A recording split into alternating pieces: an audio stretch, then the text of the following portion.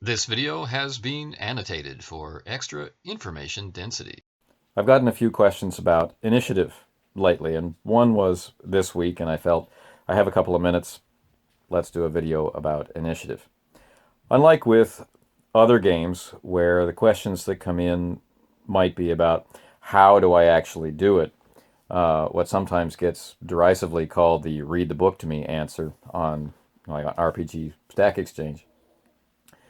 Questions about initiative in Fantasy Flight Games, Star Wars Roleplaying, seems to be more about the intention behind how it's organized or how does it actually work in play, particularly from people who have either a fondness for a particular style of initiative or who have experience with the roll high, act first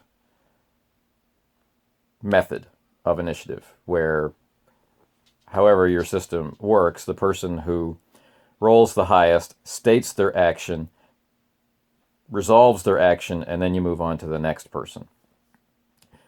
Compared to what you would find in the classic World of Darkness, where the person who rolled high would act first but declare last, meaning they would be exposed to everyone else's intentions before they had to declare.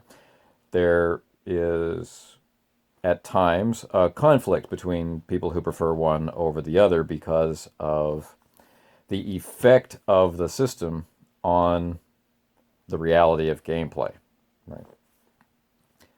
Fantasy Flight Games, Star Wars Roleplaying, looks at initiative not as individual but as side. So no matter how many sides you have in a conflict, all of the participants or all of the members of each of those sides or teams is rolling, let's say, collaboratively for initiative. And they will generate a certain number and a certain order of initiative slots for their side. So to keep this example simple, we'll have two sides. We'll have a group of smugglers and a group of customs agents, and there is an altercation which results in initiative being required. If there are 5 smugglers and there are 2 minion groups of customs agents, then we would have, let's say, 10 people on the customs agent's side and 5 people on the player character side. The game master will roll for the NPCs. Each PC will get their own individual roll, but that resulting initiative slot is not theirs. They are just trying to contribute a good initiative slot to their team.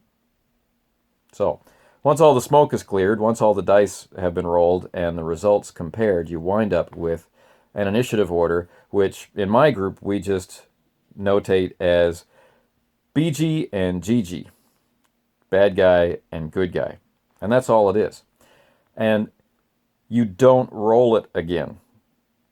You could roll it again if something really spectacular happened, like everyone was stunned and around, or the floor caved in and everyone dropped down a level, and the fight that broke out after everybody fell could benefit from a new initiative pass. But really, you roll initiative once for a combat scene and it's maintained. So the slots are in order. It doesn't matter which character or which NPC acts in a slot for their side. That's part of how the group collaborates, how the group can help to set up their strategy for their side from turn to turn. You may finish with, the heavy hitter taking the last initiative slot and doing a nice round of damage, and then getting to take the first initiative slot for their side the next time round and keep that pressure on, for example.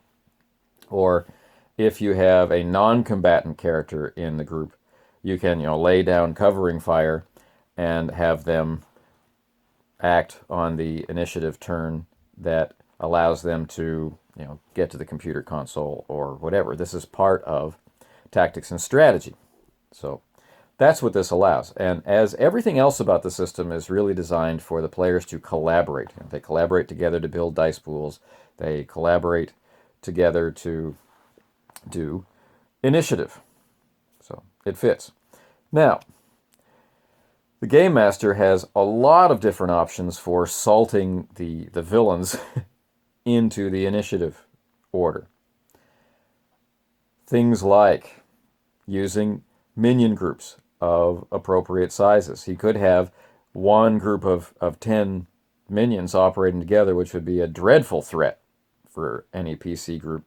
Or he could split them up into pairs, or split them up into squads of 5, or what have you.